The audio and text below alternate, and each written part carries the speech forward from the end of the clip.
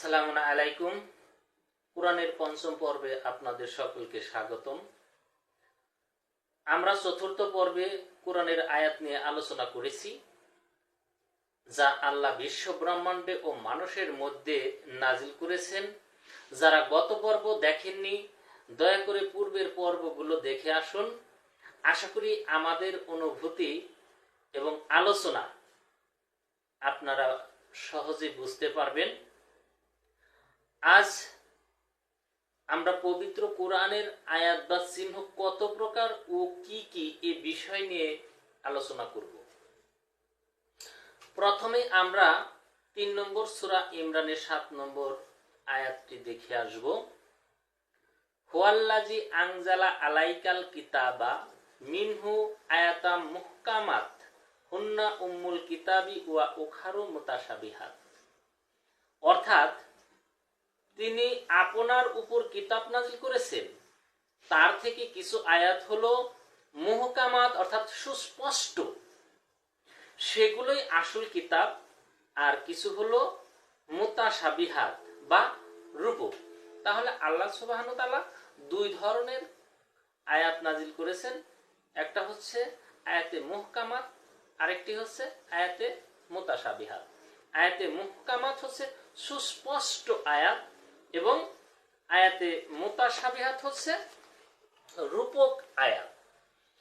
এখন আমরা 7 নম্বর সূরা আরাফের 133 নম্বর আয়াত আমরা পূর্বে আলোচনা করছি। সেখানে আমরা পেয়েছি আয়াত সম্পর্কে আল্লাহ সুস্পষ্ট আয়াত, তুফান, পঙ্গপাল, উকুন, ব্যাং ও রক্ত।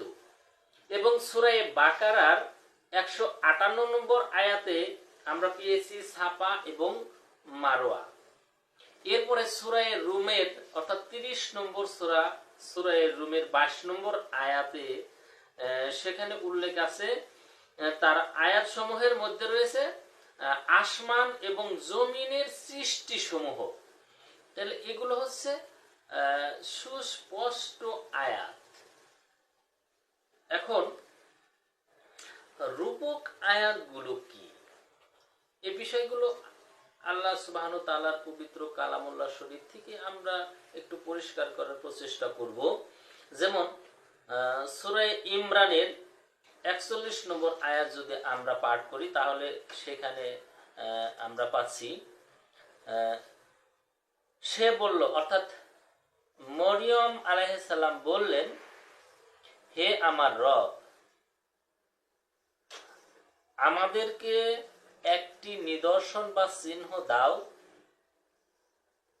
তিনি অর্থাৎ রব বললেন, তোমার নিদর্শন এই যে 3 দিন তুমি ইঙ্গিত ব্যতীত লোকের সাথে কথা বলতে পারবে না।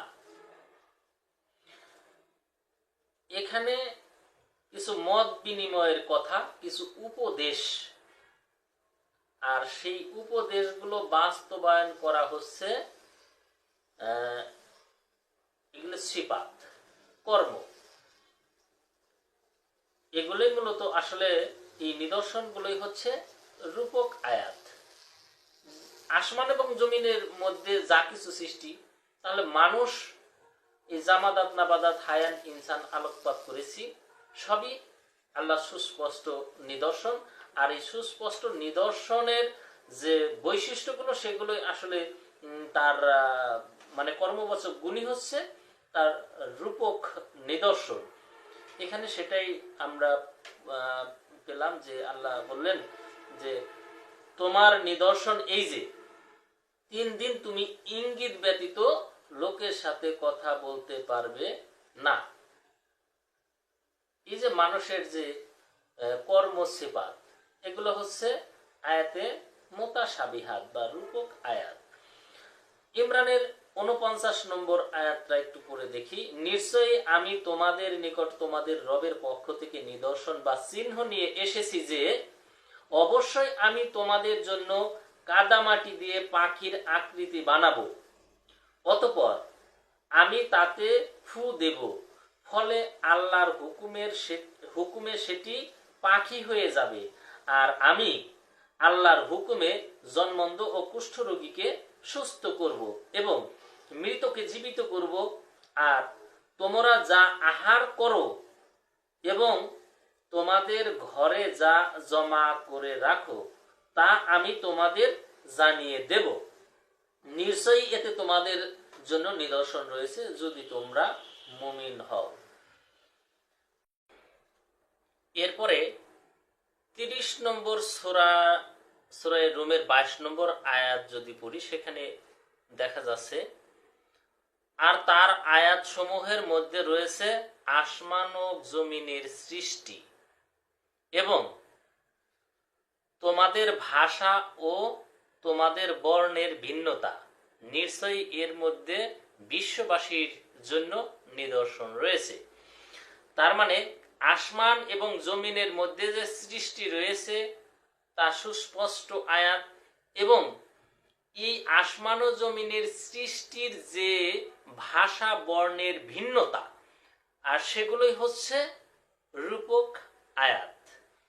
আশা করি কোরআনের মানুষের ভাষা ভাষীর দ্বারা যে কোরআনের আলোকপাত, সেখানে আয়াতে মুহকামাত এবং মুতাশাবিহাত অত্যন্ত পরিষ্কার, এবং ইহার হকিকত রয়েছে, যেটা আমরা যার যার মুর্শিদের কাছ থেকে সেই হকিকতি রূপক আয়াত এবং সুস্পষ্ট আয়াতগুলো জেনে নিব।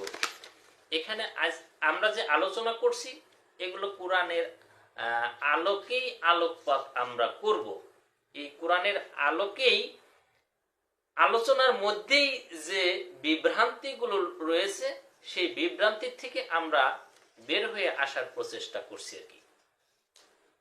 তাহলে সর্বশেষ সিদ্ধান্ত আমরা এটাই নিচ্ছি যে আসমান ও জমিনের সমস্ত সৃষ্টি বা চিহ্নই সুস্পষ্ট আয়াত এবং সৃষ্টি বস্তুর কর্ম বৈশিষ্ট্যই রূপক আয়াত।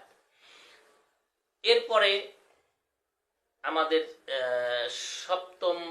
ষষ্ঠ পর্ব, আশা করি আমাদের ষষ্ঠ পর্ব সাথেই থাকবেন।